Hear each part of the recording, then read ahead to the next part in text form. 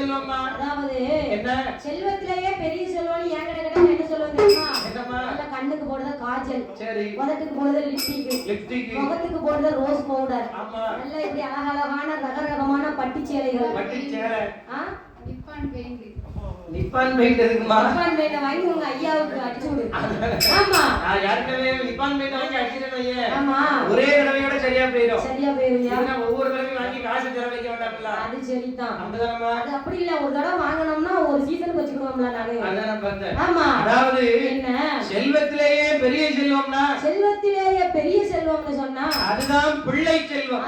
அதுதான் பிள்ளை செல்வம், மதலை செல்வம். மதலை செல்வம். கோடி கோடியா சொத்து இருந்தாலும் ஆமா அந்த சொத்தை அழிக்கிறதுக்காக ஒரு பிள்ளை வேணும்னு சொல்லுவாங்கல்லம்மா. கண்டிப்பா வேலையா பெத்தவங்க பூரா போராடி சொத்து சேர்த்து வைக்க, சொத்து சேர்த்து வைக்க 9 பங்கா வைன்னு சண்டை போடுறதுக்கு பிள்ளை வேணும்ல. வேணும்ல. ஆமா அதான் அந்த காலத்துல சொல்லிருக்காங்க. செக்களவு பொண்ணு இருந்தாலும் எதிக்கி தின்ன காணாது, செதுக்கி திங்க காணாது, அரையளவு பொண்ணு இருந்தாலும் அள்ளி திங்க காணாது. செத்துக்காரனா அனுபவப்பட்டிருக்காங்கன்னு நினைக்கிறேன். அப்படியேமா ஆட்டுனாங்க பாரு மண்டைய.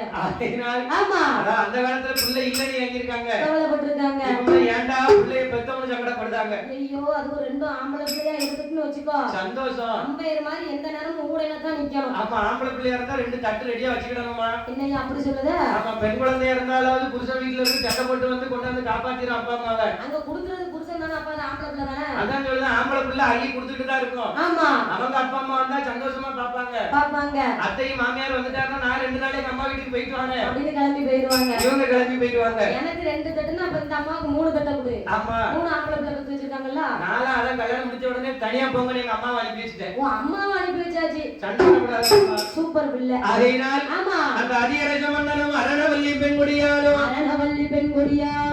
அந்த உத்தார தேசத்து பட்டணத்திலே நாடு இருக்கு நகருக்கு நாடாக